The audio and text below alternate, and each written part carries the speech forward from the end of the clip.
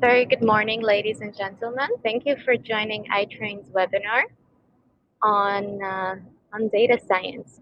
Today we are joined by Tarun, and so to all those who are on Facebook watching the stream live, please make sure that if you have any questions or concerns that you want to share with Tarun, you can do so in the comments section on Facebook Live video. And all the questions will be answered during the Q&A session after the webinar. So you can gather up all your questions and write them even during the webinar, but they will be answered after the webinar. The presentation and the recording of the webinar will be accessible after once you fill out the feedback form. So you can find the feedback form in the comments section. There is a link that is bit.ly/iTrainWebinar. So once you fill out the link, you will gain access to the recording and the presentation of today. So yes, before we start with Tarun's webinar, I would like to introduce iTrain, who is the organizing body of today's webinar. So iTrain is supporting digital transformation in Asia. And we are the pioneers and leaders in tech learning. Is to fast development, blockchain, data science, Internet of Things, artificial intelligence, fintech, digital marketing, and cybersecurity courses. So you can gain all these skills by joining iTrain as a student, and within 5 days you can learn all of this and get certified. So if you want to learn more about what is taught in our courses, you can visit our website www.itrain.com.mi or email us at info@itrain.com.mi, and all your questions can be answered. And all the courses are also HRDF claimable. So yes, and we are also currently rolling out online master classes. So Tarun will later on tell more about the master class and how you can benefit in only 4 hours and learn how to make a chatbot. But that's still yet to learn. And here are some of the clients that we've had the chance to work before. And so we've empowered businesses across many strategic sectors, such as finance, technology, industry, and manufacturing. That is it from me today. And a reminder so that the recording of the webinar and the presentation is accessible once you fill out the feedback form. And if you have any questions to Tarun, the questions will be addressed at the Q&A session at the end of the presentation. And please write all your questions in the comments section. So I give the floor to Tarun. Thank you very much. So today's presentation, today's webinar is turning data to gold using data science and IoT. And I'm your presenter today. My name is Tarun Sakhani. I'm the founder and CTO of Abundant. So we are partners with iTrain. We focus on project implementation for digital transformation and big data analytics. We have obviously experience with IR4 and a lot of the topics that we're going to be talking about today. So if we think about data in today's world, data nowadays is being used for many different modalities, for many different things. So whereas in the past, it may have just been used for simple visualization and charting, nowadays data is used for machine learning, for advanced analytics, for statistical optimization, and so on and so forth. So the same data that is coming in, whether it's from an IoT device or whatever, is now being subject to many different levels of analysis and learning, machine learning. And the goal, of course, is still to find those patterns, but it goes well beyond that nowadays. So in the last 2 decades, more than 6 billion devices have come online. So all these connected things, collectively called the Internet of Things, generate more than 2.5 quintillion bytes. So that's basically 2.5 exabytes of data on a daily basis. So that's enough to fill like 57.5 billion 32 gigabyte iPads per day. All of this data is bound to significantly impact many business processes over the next few years. So the concept of IoT analytics, which is basically data science for IoT, is expected to drive the business models for IoT going forward. So, of course, there's a lot of data that still hasn't been added, and once that data has been added, the amount of data being generated daily will make 2.5 quintillion, look like peanuts. So we have not yet entered, the 5G age with self-driving cars, where all of that data from all of these vehicles is now being analyzed and shared. So I think a lot of you are already familiar with data science. For those of you who may not be as familiar, data science is basically a multidisciplinary framework for doing analytics, and it consists of the computer science portion, it consists of the math and statistics portion, and it consists of the domain expertise portion. And so to be a data scientist is really to be somebody who is proficient in really all these three things. Data science consists of three major kind of components. So the first side is the data architecture side. So that includes all of the infrastructure and tooling that you need to do data science and to ingest your data and process it, transform it, and so on and so forth before it can be modeled.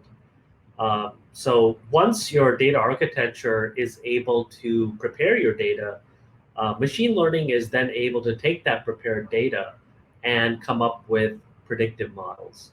And then those models, of course, can be deployed into production to make automated predictions, right, without any human kind of intervention.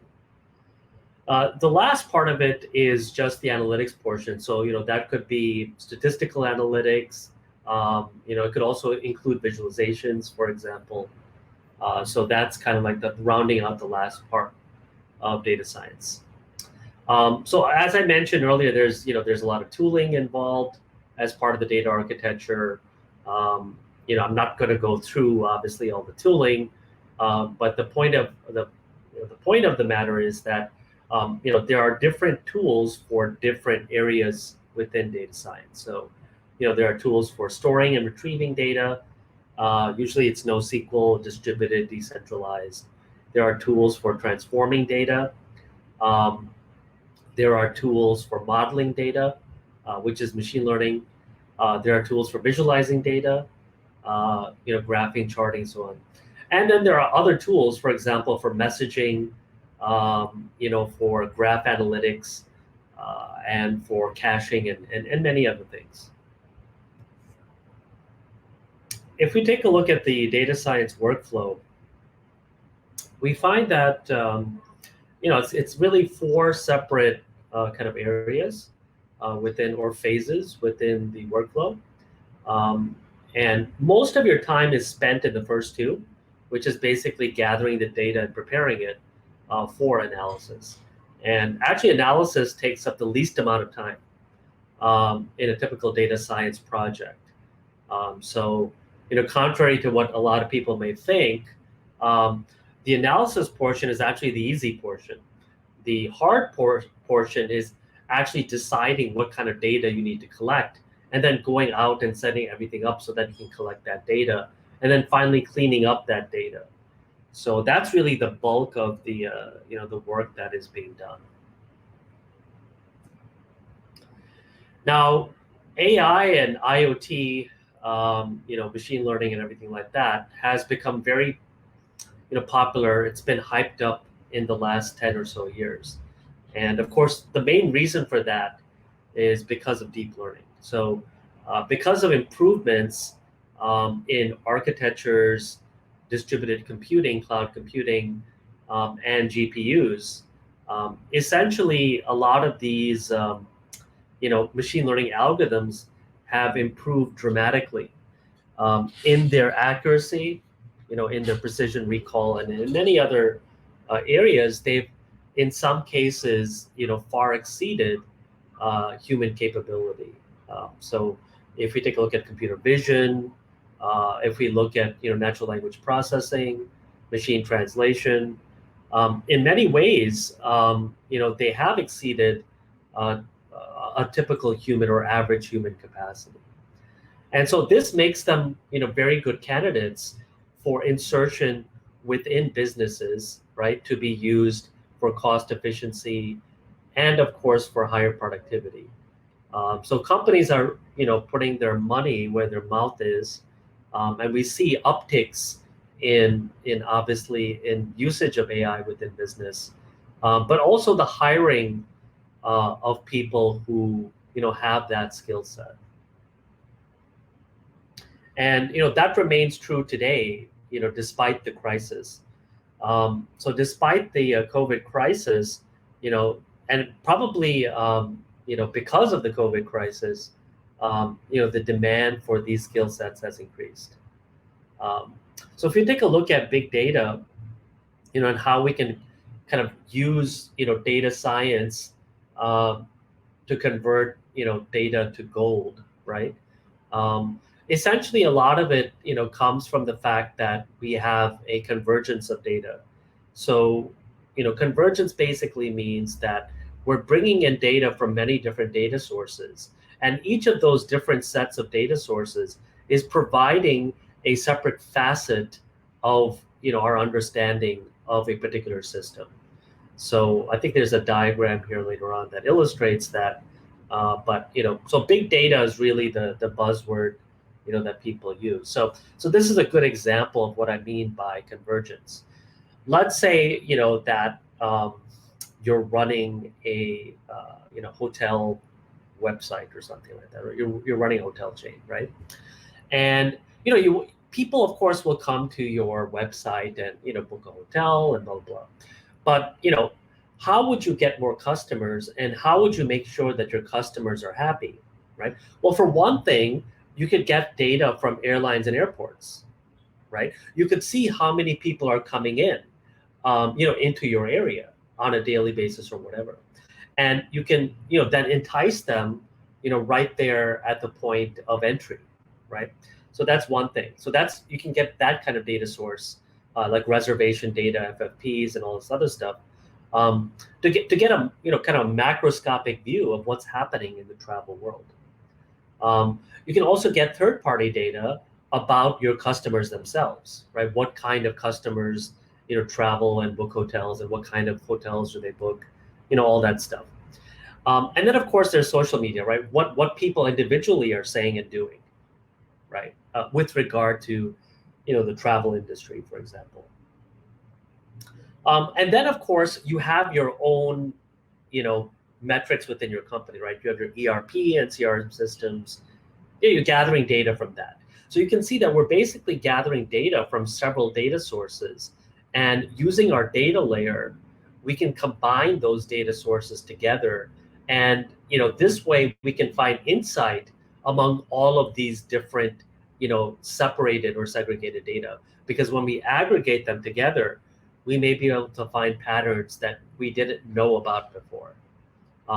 Now, once purchases are made, that itself can be another system from which we can gather data, another data source, right? So, revenue management systems and things like that, how we're doing can help us to understand and predict what strategies are working better than others, right? And then when we get those results, we can feed them into our model, to make sure that whatever we're doing is the correct thing or not, right? It's kind of like a validation. And so a lot of companies are looking to do what this diagram is showing, right? They're really looking to combine many disparate data sets into a holistic kind of set of data that they can then mine for insight. So if you look at machine learning, it probably comes as no surprise that YouTube and Netflix and all these other Spotify and whatever, they use recommendation engines, right? So they're using machine learning to make recommendations. So, for example, Netflix uses, an enhanced collaborative filtering algorithm in order to determine, what videos to recommend. And, different companies use different variations or different techniques within machine learning to come up with better recommendations over time, right? So if we look at Netflix, for example, how does using machine learning within their company translate into gold, right, for them, right? So Netflix has a lot of subscribers now. In fact, I think the numbers are probably doubled in the last 3 months. I wouldn't be surprised. Um, I think that they're probably around 300 million subscribers by now. So basically, Netflix helps, of course, their users to find content that they like, right? And by doing that, they avoid churn, right? So churn is very expensive, right? I mean, it could cost a company billions of dollars if they're very big, if they're not paying attention to churn. So Netflix really pays attention, to churn and tries to make sure that customers stay, lifelong customers, right? They want to make sure that the customer lifetime value, is very high. So what AI really does is allow your data to help you make predictions about consumer behavior, for example, in the case of Netflix and a lot of these other e-commerce companies. But of course, it can be used within manufacturing and other industries, and this is where IoT comes into play. So if you combine AI with IoT, right, you basically get AIoT, okay? And people have different names for it or whatever, but some people just call it AIoT. And AIoT is essentially, taking these sensors that could be, for example, distributed across a building, right, um, and convert it to a smart building, right? Now, I think in Singapore they have smart waste management, where the rubbish bins are essentially IoT sensors, and they're able to detect the levels of garbage or whatever, and relay that information, so waste management can come and pick up the garbage and dispose of it. So that's a great example of AIoT. Another example of AIoT is smart agriculture, vertical farming, right? Where IoT systems, sensors will be set up to make sure that plants are properly provided with the nutrients, that they need within a hydroponics farm, for example. And the AI could actually adjust, the chemical, mixture as well as the lighting, right, to have optimal growth, right, and kind of be able to also predict what the yield would be, right. So this future is already being realized in several places around the globe. So it's not science fiction. It's really happening now. Okay, and we call this edge computing, or AI at the edge, right? The idea is that decisions and about what to do are being made on site. They don't have to be brought into a server or into a cloud computing environment for inference to be made. The machine learning inference prediction can be made on site, right? So we call that edge computing. So if we take a look at what's happening here, we have a physical environment, we have sensors, right? We make inferences using machine learning, and from that, we can obviously make decisions, communicate those decisions, either locally, or we can use an edge gateway to send all that information and aggregate it across many different stations. So for example, if you have multiple vertical farms across multiple buildings, right? All of that information, so even though decisions are being made on a building level, the predictions for complete, maybe smart city yield are a result of aggregation, right? So we aggregate all that data across the buildings and then, be able to make additional predictions about overall yield. And so this kind of architecture for, localized edge computing plus aggregated total computing is kind of, the direction we're heading in, with AIoT. So if we take a look at, how AI is being applied and data science is being applied within marketing, to turn marketing data into gold. We're witnessing a revolution, in that as well. Okay, so it's called data-driven marketing, and data-driven marketing is vital for today's marketing teams. A new report by global marketing communications agency Allison Partners revealed that while marketers have made progress to become more data-driven, nearly all respondents cited numerous barriers preventing them from getting the most out of that data, right? So there's still a lot that we can do to extract data to make marketing decisions. So we're only scratching the surface of what data-driven approaches can do for us. So the top 3 barriers cited, in a survey of 500 marketing directors in the UK, Germany, show that the top 3 barriers were, data silos, cost, and talent, right? So data silos remain a big issue in a lot of large companies. So that hasn't really changed. Cost is always, a complaint, so I'm not going to talk about that. But of course, talent now is becoming more significant, more important than ever before. So, when we examine IoT in particular and how IoT basically enables this type of AIoT economy, and we delve deeper into what IoT can actually do for us. There are many examples of IoT devices. So it's not like one device fits all. There are many different types of IoT devices out there. So they can be used in the home. So these are smart home devices. They could be used, for example, in a city for basic services like transportation or parking. So this is like communication, for example, among cars, or maybe there's an available parking space, et cetera, et cetera, et cetera. Or there's too much traffic, so on and so forth. Routing, logistics, supply chain.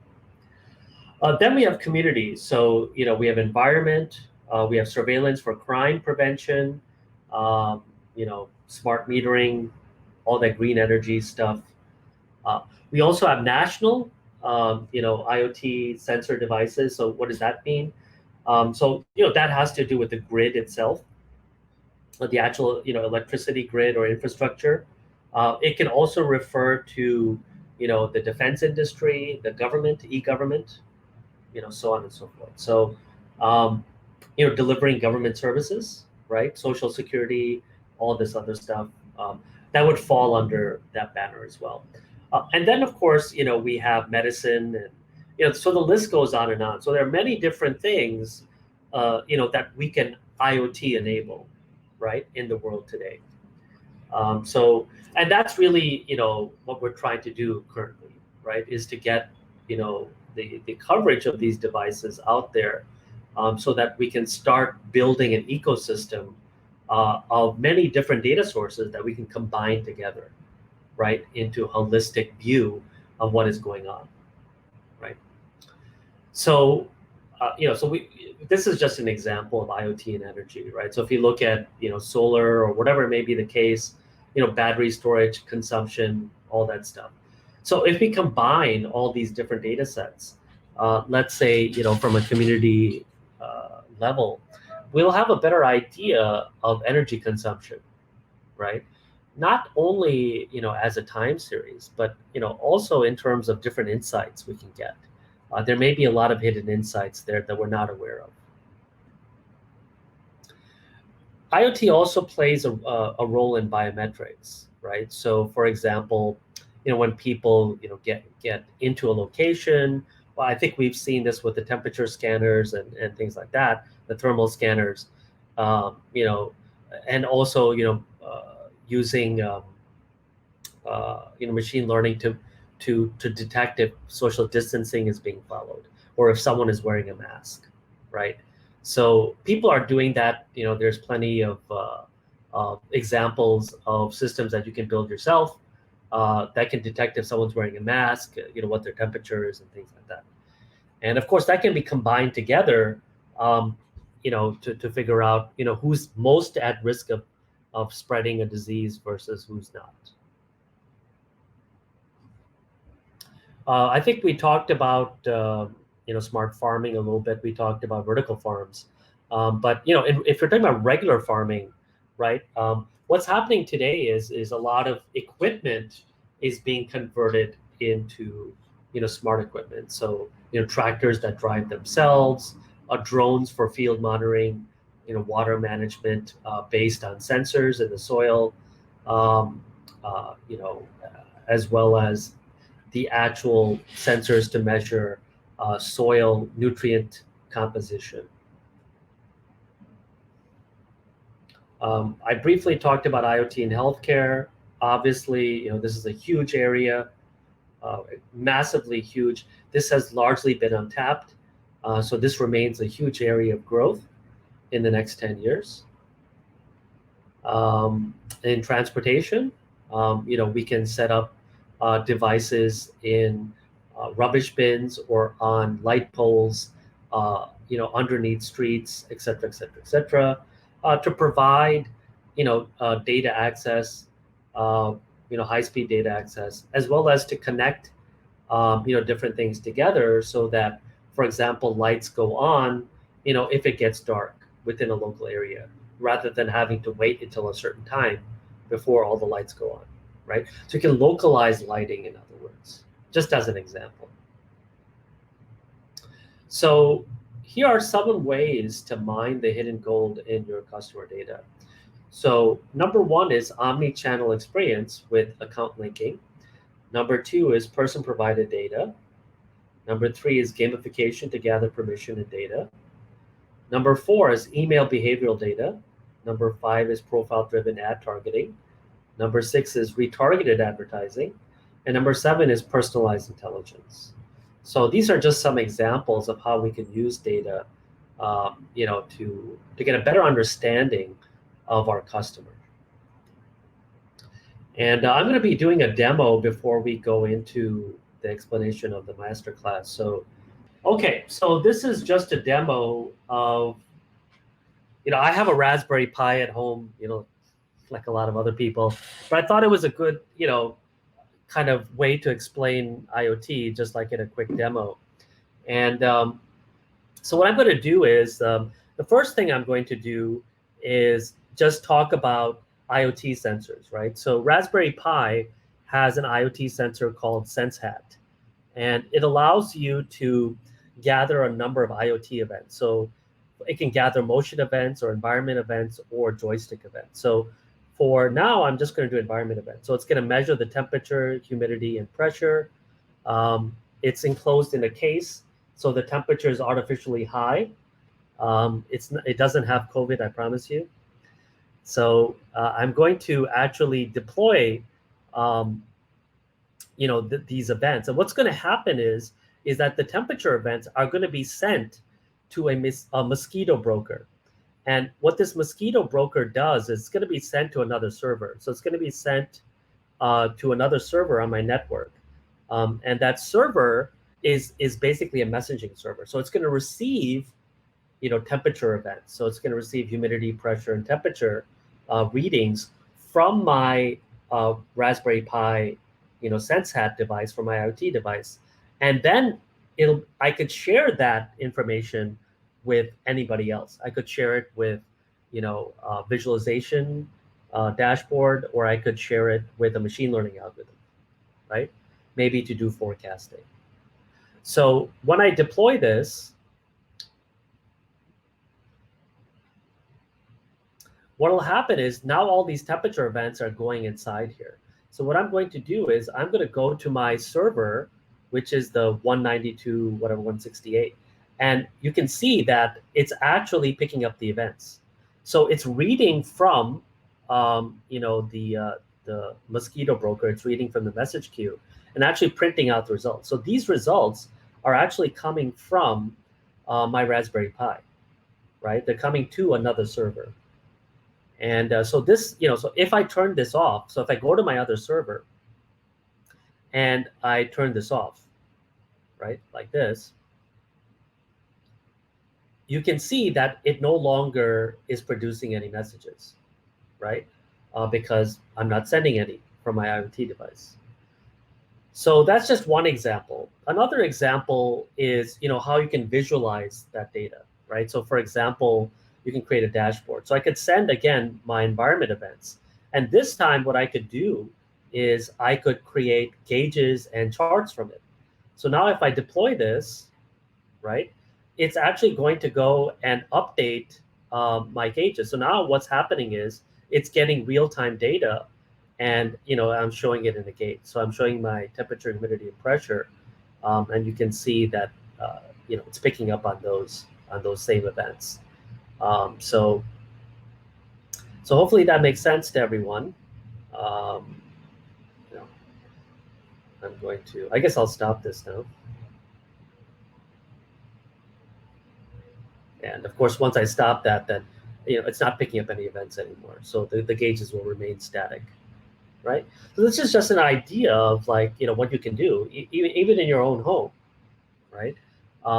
You can also, of course, use Raspberry Pi for other purposes. For example, you can use it for, because I have a camera also, so you can use it for machine learning for kind of like motion detection. You can use it to detect certain objects, like people entering the room or whatever. So, I just ran this now. And if I just take a look at the result, it'll take a picture of, whatever room it's in.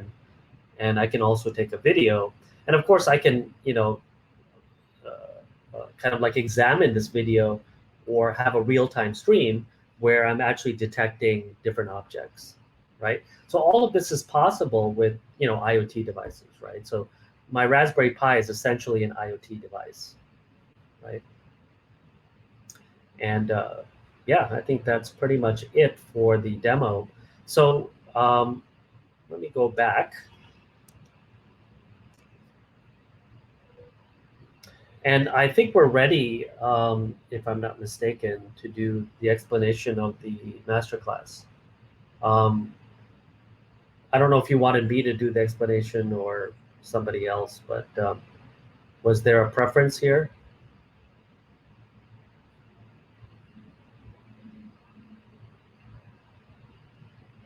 Am I supposed to do the demo? I'm sorry, am I supposed to talk about the masterclass, or is someone else supposed to talk about it?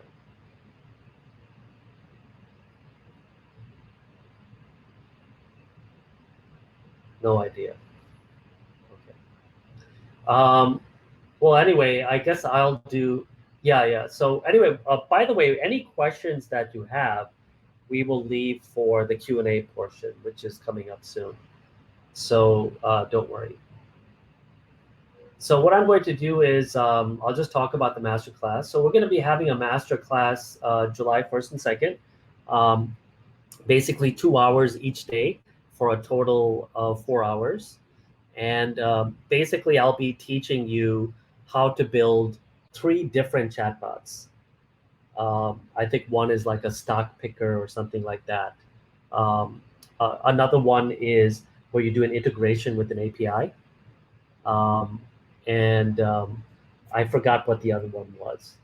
But anyway, you can read about it in the brochure that iTrain has. And so this is upcoming. It's coming in July. So with that, I'll end my presentation. We'll leave it to Q&A. I guess I'll stop sharing my screen as well. And yeah, so any questions? Hi, Tarun. Can you hear me? Yeah, I can hear you. I can hear you. Yep. So there's a question: is that website accessible for everybody? No, that's hosted on my server. So it's not available for everybody. You know, for those of you who are interested though in setting up your own, server, to do Raspberry Pi and all this other stuff, let me know. Maybe we can hold a master class on that.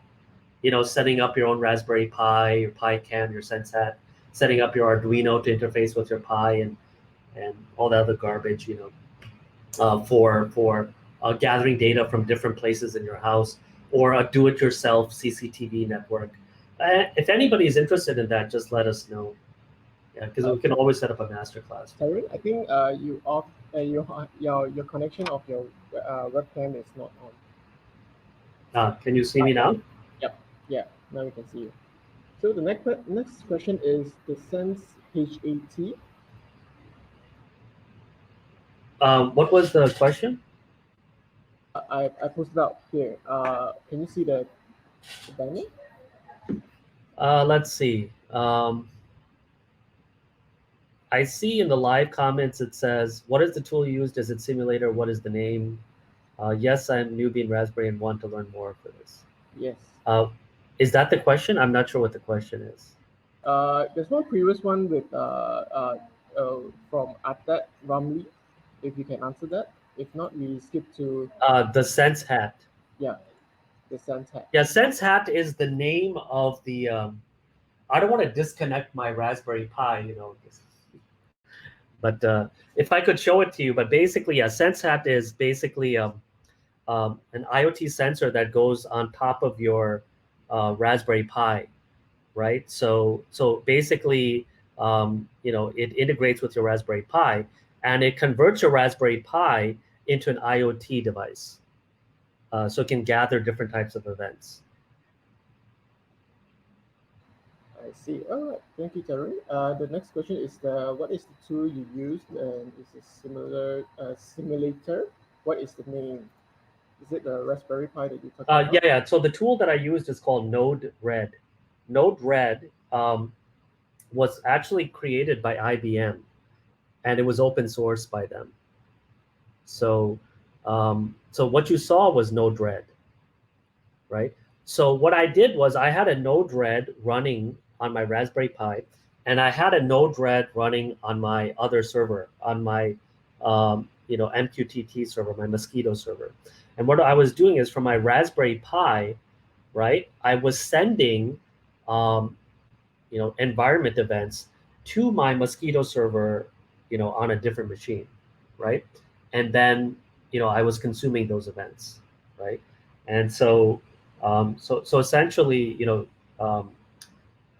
what you're doing is you're taking different sensors, maybe from around your house or building, and you're sending all those events to a Mosquito broker, a messaging broker, which is essentially, combining or aggregating all that data together, right? So you could set up dashboards where, for example, you gather data from like different rooms, right? And then you can, do AI based on that. Okay, thank you, Tarun. So far, there's no more questions. Yeah. So, any last words before we end the live session? Well, not for me. I'm okay. Okay. So I think that's all for this webinar. Thank you all for joining.